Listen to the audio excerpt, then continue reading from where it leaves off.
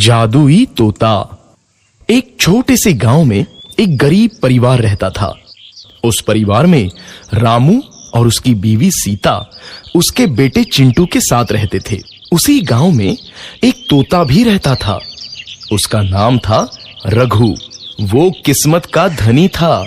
जहां भी जाता वहां किसी भी चीज की कमी नहीं पड़ती थी।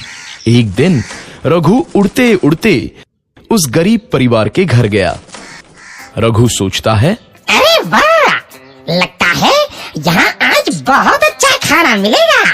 मैं पेट भर के खाऊंगा। वो एक कटोरी में रखे अमरूद देखता है।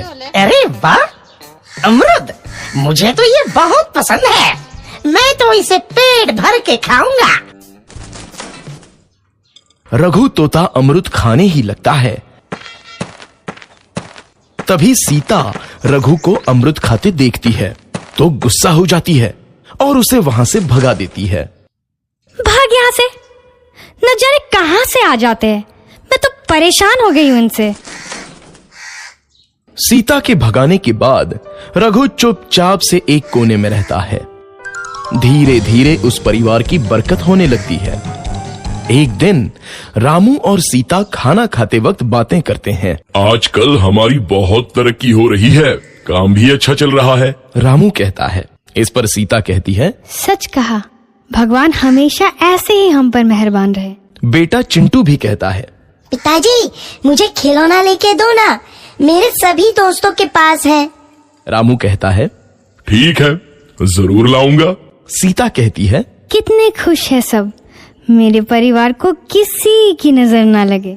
एक तरफ ऐसी बातें होती हैं तो दूसरी तरफ रसोई में रघु तोता भी अमरूद खाते रहता है।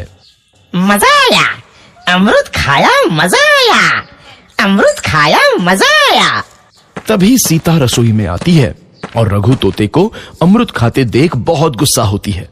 सीता रघु को बाहर निकालने के लिए पिंजरे में अमरूद रखती है। रघु जब अमरूद खाने लगता है तो पिंजरे का दरवाजा बंद हो जाता है और वो उसमें फंस जाता है।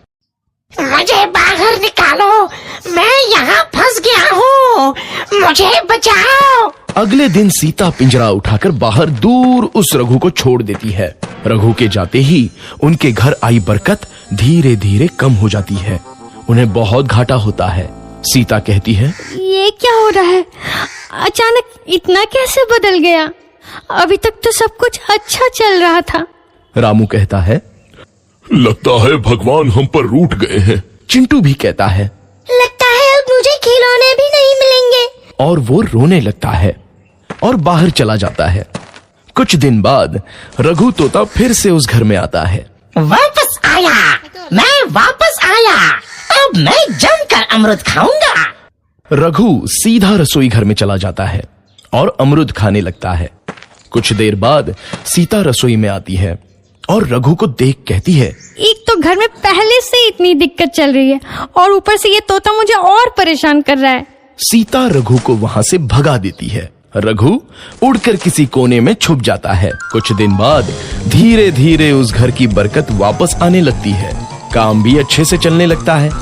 एक रात जब रघु तोता अमरूद खाने जाता है तो पिंजरे में फंस जाता है। ये लोग आखिर चाहते क्या हैं? एक तोते को शांति से अमरूद खाने क्यों नहीं देते? मैं कौन सा चोरी कर रहा हूँ? बस अमरूद ही तो खा रहा हूँ। तभी रामू वहां आता है और पिंजरे में रघु तोते को देख उसे बाहर छोड़ देता है। ये तोता भी कितना जिद्दी है, बार बार वापस आ जाता है। जैसे ही रामू रघु को छोड़ देता है, अगले दिन से फिर से उनके घर की बरकत जाने लगती है। काम में घाटा होता है। किसी को समझ नहीं आ रहा था कि ऐसा क्यों हो रहा है। रघु तोता घर आता है तो अचानक बरकत आती है और जब रघु तोता को बाहर निकालते हैं तो बरकत चली जाती है। एक दिन सीता रघु तोते के घर आने और बाहर जाने की स्थिति पर नजर रखती है।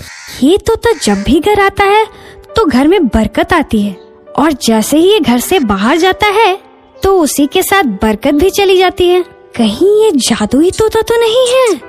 अगली बार जब ये तोता घर आएगा तो मैं इसे कहीं नहीं जाने दूंगी। सीता रघु का बहुत इंतजार करती है, लेकिन रघु तोता दोबारा उस घर में कभी नहीं आता और वो लोग उसके इंतजार में पछताते रहते हैं। तो बच्चों, इस कहानी से क्या शिक्षा मिलती है? हमें कुछ चीजों की अहमियत तब पता चलती है जब हम उन्हें खो देते हैं।